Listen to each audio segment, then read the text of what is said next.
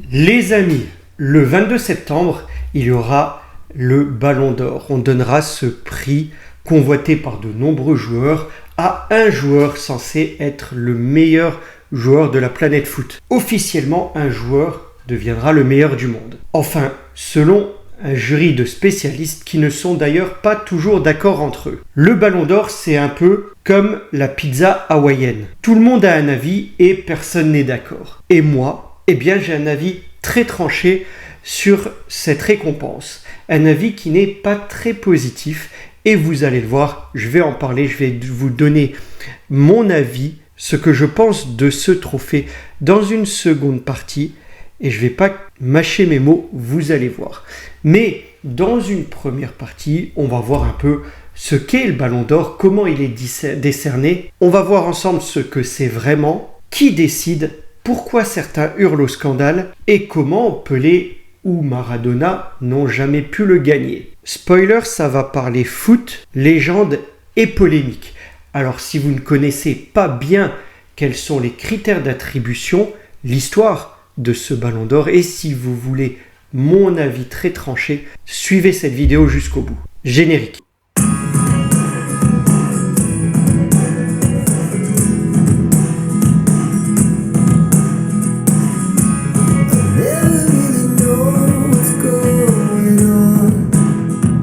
Bonjour les amis et bienvenue dans cette nouvelle vidéo. Nous allons donc revenir sur l'histoire du Ballon d'Or, sur les polémiques et surtout, comme je le disais en introduction, sur mon avis que je vais vous donner sans concession. C'est parti. Tout d'abord, un peu d'histoire. L'histoire du Ballon d'Or commence en 1956. France Football se dit tiens, et si on élisait le meilleur joueur de l'année? Et le premier gagnant est Stanley Matthews, à 41 ans. Et oui, à l'époque, tu pouvais gagner le Ballon d'Or et être papy. Au départ, seul un joueur jouant en Europe pouvait gagner ce titre. Traduction, Pelé et Maradona n'étaient même pas invités à la fête. Un peu comme si on organisait un concours de cuisine sans inviter les Italiens. Ben ouais, ça se ferait pas. En 1995, ça y est, on ouvre cette compétition, enfin ce trophée, aux joueurs non européens évoluant en Europe.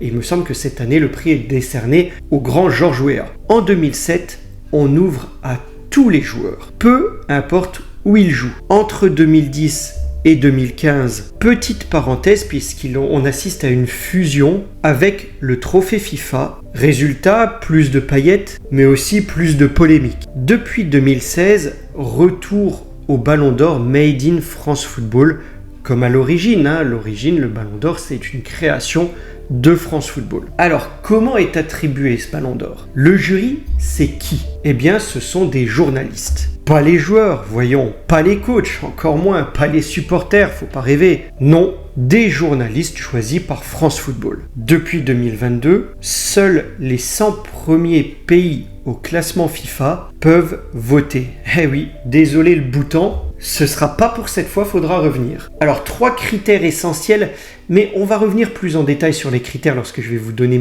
mon avis. Retenez bien 3 critères essentiels: les performances individuelles et collectives sur la saison, le talent et le fair play, et un peu la carrière globale.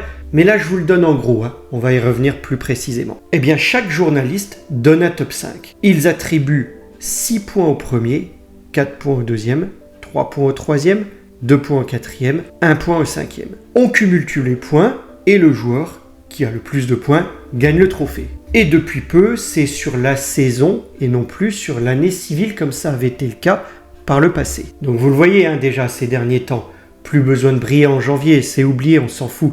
Il faut briller entre mai et juin comme beaucoup dans le monde professionnel. Voilà, vous voyez un peu les critères d'attribution. On peut aussi parler de polémique. Le Ballon d'Or, c'est aussi un concours de mauvaise foi. Il y a des ballons d'or volés. Ouais, 2010, Sneijder par exemple avec l'Inter, il gagne tout, mais repart les mains vides. Ribéry, vous le voyez, monstrueux il y a quelques saisons.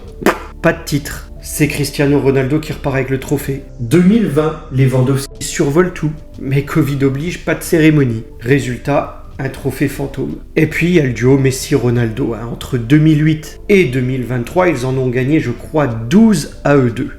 Qu'est-ce que faisaient les autres pendant ce temps-là? Les autres joueurs regardaient, comme les enfants, devant la vitrine d'un magasin de jouets à Noël. Il y a, les amis, un problème récurrent dans ce trophée. Les défenseurs et les gardiens sont constamment oubliés. Depuis Lev Yashin, je crois que c'était en 1963, aucun gardien n'a gagné. Et oui, vous allez me dire que Buffon l'aurait mérité. Résultat, il ne l'a pas. Et côté défenseur, à part Cannavaro, voire Sammer, il me semble, peut-être même un très ancien, je ne sais plus, je le fais de tête, je ne sais plus si Bobby Moore l'avait gagné, il l'aurait sans doute mérité, mais à part eux, c'est le désert. Dans le monde moderne, si t'es pas attaquant, bonne chance. Voilà, vous voyez un peu ce qu'est le Ballon d'Or, son historique, comment il est attribué, les polémiques qu'il peut y avoir. Je vous donne juste un petit quiz avant de passer à mon avis. Vous allez pouvoir vous faire plaisir en répondant à quelques questions. Quel est selon vous le plus jeune vainqueur du Ballon d'Or? Allez, je vous laisse quelques secondes. A few moments later. Eh oui, c'est Lionel Messi, 22 ans en 2009. Deuxième question, quel est le plus vieux joueur à avoir remporté le Ballon d'Or?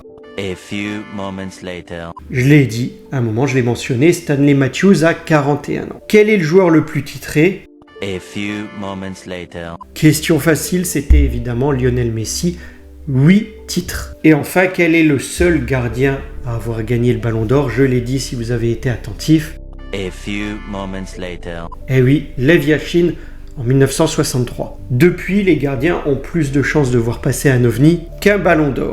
Voilà les amis, le Ballon d'Or, c'est plus qu'un trophée, c'est un débat éternel. Ça divise les fans, ça fait hurler sur X. Et moi, j'ai un avis très tranché, je trouve que c'est un trophée qui vaut rien. Ça vaut pas un clou, comme dirait Jésus. Et vous voulez que je vous dise pourquoi je n'ai pas d'estime pour ce Ballon d'Or? Je vais vous le dire.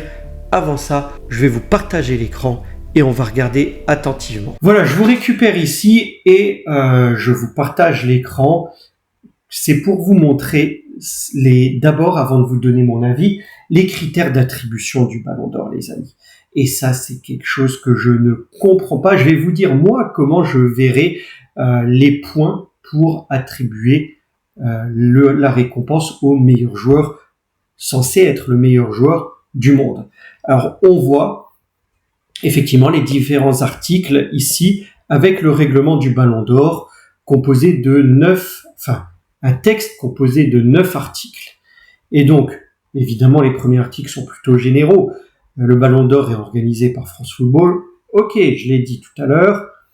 Le Ballon d'Or récompense le meilleur joueur sans distinction de championnat et de nationalité. Ça, je pense que c'est une bonne évolution. On l'a vu. Au départ, certains joueurs y ont échappé. C'est le cas de Pelé, Maradona qui auraient dû l'avoir certainement à leur époque, mais ils répondaient pas aux critères d'attribution en leur temps, donc ça leur a échappé. La période de référence est comprise entre le mois d'août et le mois de juillet. C'est pour ça qu'on voit certains joueurs aussi surperformer sur les derniers mois, avril, mai, juin, juillet. En tout cas, les joueurs qui peuvent prétendre au Ballon d'Or. Bon, soit il faut bien donner une période de référence, pourquoi pas? Ça, j'y vois pas d'inconvénient. Le Ballon d'Or est attribué en fonction de 3 critères principaux. J'en ai parlé un tout petit peu tout à l'heure. Performance individuelle, caractère décisif et impressionnant, performance collective et palmarès, classe et fair play. Là, moi, je vois déjà des problèmes. Performance individuelle et caractère décisif et impressionnant, oui, mais le jury, on va le voir tout à l'heure quand je vais vous montrer la liste des joueurs, le jury délibère sur ce premier critère sur des items complètement dédiés aux attaquants. Le nombre de buts, le nombre de passes décisives, on va voir de toute façon tout à l'heure dans les joueurs nommés, je l'ai dit, mais les performances individuelles sont complètement biaisées pour moi par le jury concernant ce critère d'attribution. Pour moi, déjà, le premier critère ne va pas du tout. On peut être décisif à un moment donné sans marquer un but. On peut être décisif parce qu'on a fait un arrêt réflexe sur sa ligne. On peut être décisif parce qu'on a fait une intervention en défense qui retourne le match. On peut être décisif de différentes manières et pas seulement en marquant un but Donc ce critère-là, moi, comment il est interprété par le jury, ne me convient pas. Performance collective et palmarès, oui, pourquoi pas. Classe et fair play. Fair play, ok, on sait le mesurer. Classe, pour moi, c'est un critère très subjectif. Je vais vous dire, moi, quel critère je donnerais pour attribuer le ballon d'or. Donc, ensuite, les articles ne sont pas très importants. C'est surtout ce que je vous ai résumé dans la première partie de la vidéo. Attribué par un jury de journalistes spécialisés, qu'on fasse appel aux 100 journalistes des premiers pays au classement FIFA, j'y vois pas d'inconvénient. À partir d'une liste préalablement établie par la rédaction de France Football, j'y vois pas particulièrement d'inconvénient, si ce n'est que moi, je ne donnerai pas de liste pour juger la performance. L'attribution du nombre de points, ouais, soit 6, 4, 3, 2, 1, pas d'objection là-dessus. Et puis l'article 8 ou 9, rien à dire. Donc maintenant, vous l'avez compris, c'est bien l'article 4 qui me pose problème, en tout cas dans son interprétation par le jury. Je vais vous montrer pourquoi. On va regarder, si vous ne l'avez pas vu, je pense que vous l'avez vu, mais on va regarder en détail la liste des nominés. Voilà. Le site, l'équipe, clairement, 30 nommés au Ballon d'Or, on le sait, récompense décernée le 22 septembre, je l'ai dit, 9 joueurs du PSG, bon, ils ont réalisé une superbe saison, pas de souci là-dessus. Maintenant, regardons les joueurs nommés.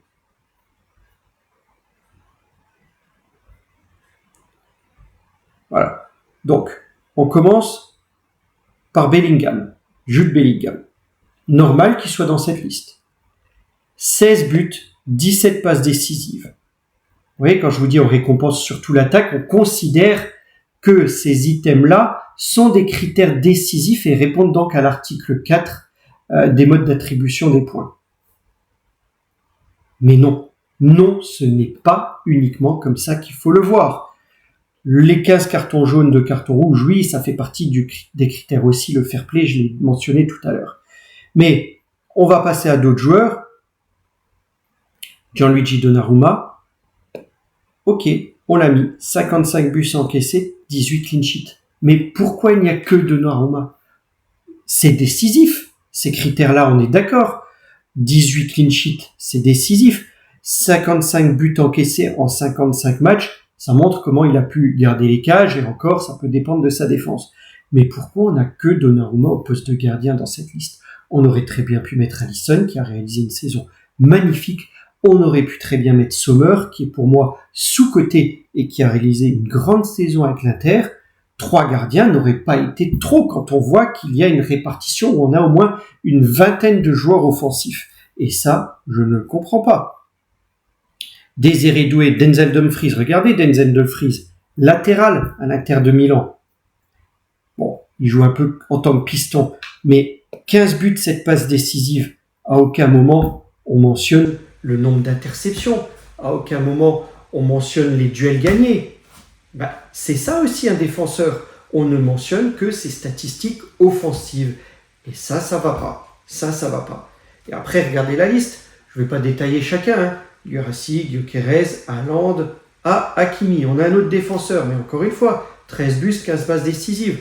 Où sont les autres statistiques d'un défenseur? Où sont les interceptions? Où sont les tacles? Rien du tout. Harry Kane, Kvaratskhelia, Lewandowski, McAllister, Martinez, Mbappé, Tominé, Nuno Mendes, un autre défenseur. Vous voyez, il faut en descendre 7-8 pour tomber sur un défenseur. Et encore une fois, les statistiques qu'on prend en compte ne sont pas en leur faveur. Comment vous voulez que Nuno Mendes soit bien classé dans le Ballon d'Or quand on voit 6 buts, 13 passes décisives? Où sont les statistiques d'un défenseur? Non, je regrette, c'est pas comme ça qu'il faut prendre le Ballon d'Or. Joey Neves, Mikel Olise, Cole Palmer, Pedri, Rafinha, Declan Rice, Fabien Ruiz, Mohamed Salah, Van Dijk. Voilà, j'en ai descendu 7-8. On tombe encore sur un défenseur. Vous voyez, un défenseur pour 7-8 joueurs placés plus haut sur la pelouse. Ça ne va pas. ça ne va pas. Vitinha, et pour moi Vitinha, il est dans les 5 premiers du Ballon d'Or, on verra où il sera classé. Mais retenez bien, moi je le place dans les 5 premiers. Même, allez, on sait, Ballon d'Or, ça va jouer entre Yamal et Dembélé, vu comment c'est organisé. Mais pour moi, derrière, il y a Vitinha. Vitinha, s'il n'est pas 3e ou 4e, c'est un scandale. Florian Wirtz, Lamine Yamal, voilà, on a fait les noms. Vous avez vu, beaucoup de gardiens, un seul, Donnarumma. Beaucoup de défenseurs, 3 ou 4. C'est pas normal, les amis. C'est pas normal, mais où sont les Sommer, les Alisson? Où sont les Cucurella qui a réalisé une super saison? Gvardiol qui a réalisé une très belle saison avec City, même si City n'a pas réalisé une belle saison. Gravenberch, où il est? Ouais, il y a plein de joueurs, à mon avis, qui auraient pu rentrer dans ce top 30 et même en remplacer d'autres qui n'y sont pas parce que les critères sont mal interprétés par le jury. Les consignes ne sont pas suffisamment précises ou alors on récompense le clinquant et l'attaquant alors que, punaise, à l'époque, mais vous auriez dû le donner à Buffon avec ses sauvetages magnifiques sur la ligne. Ça, c'était des gestes décisifs. Bref, vous comprenez bien que pour moi, le Ballon d'Or n'a pas vraiment de signification. Comment il devrait être attribué, à mon sens? C'est assez simple. Moi, j'ai un critère d'attribution très simple. Vous pourrez en débattre dans les commentaires et me dire ce que vous en pensez. France Football note tous les joueurs. France Football donne une note à chaque match de chaque joueur en Ligue 1. On peut le faire dans les autres pays. Si ce sont les journalistes, qu'ils le fassent dans leur pays à chaque compétition. En fin de saison, on rassemble tous les journalistes des différents pays qui ont noté les joueurs de leur championnat et on prend la moyenne de la performance de ces joueurs-là. Et ça te donne une note moyenne sur la saison de chaque joueur. On fait un classement et toi ton meilleur joueur de l'année. Tout simplement, on a un Hakimi qui enchaîne les 7, les 8, les 9, les 10 sur 10. Je donne un exemple. Il a joué 55 matchs. Je ne sais pas vraiment, il a joué combien? Il a joué... Hakimi, il a joué 63 matchs. Ben voilà, on divise toutes les notes de tous ces 63 matchs par 63. Ça te donne une moyenne à l'année. 8,5 sur 10, j'en sais rien. Ben, tu fais ça avec tous les joueurs de la Ligue 1. Le journaliste italien fait ça avec tous les joueurs de la Serie A. Enfin, le collectif de journalistes, ceux qui ont donné les notes, les ont données pendant la saison, on les récupère en fin de saison. On a une note moyenne de tous les joueurs de la Serie A, de tous les joueurs de la Bundesliga, de tous les joueurs de tous les championnats européens. Et on donne mondial. Et on donne mondial, puisque c'est le cas depuis quelques années.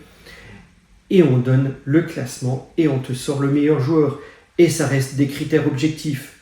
Et là, tu as vraiment le meilleur joueur sur une année complète, constante, pour lesquelles on a relevé la performance à chaque match et sans ces critères d'attribution qui ne riment à rien pour moi. Avec certainement une meilleure représentation gardien, défenseur, milieu, attaquant. Voilà, ça c'est mon avis. Quand le Ballon d'Or sera un peu plus équitable, peut-être j'y donnerai un peu plus d'importance. Aujourd'hui, pour moi, c'est 0. Le Ballon d'Or, ça ne veut rien dire. Je suivrai évidemment la cérémonie, je ne sais même pas si je la regarderai en direct, mais je suivrai qui a remporté le Ballon d'Or. Mais pour moi, ça ne veut rien dire. Si, ça récompense un bon joueur. Est-ce qu'il est vraiment le meilleur? Ça, j'en doute fort. En tout cas, il n'aura pas, pour moi, été décerné meilleur joueur de manière équitable. Voilà les amis, dites-moi ce que vous en pensez dans les commentaires. N'hésitez pas à vous exprimer. N'hésitez pas à me dire tout ce que vous pensez et n'hésitez pas à me dire ce que vous pensez de mon idée également. En tous les cas, moi, je vous laisse là pour aujourd'hui. Likez, partagez, commentez et surtout appréciez. Et je vous dis à bientôt pour une prochaine vidéo.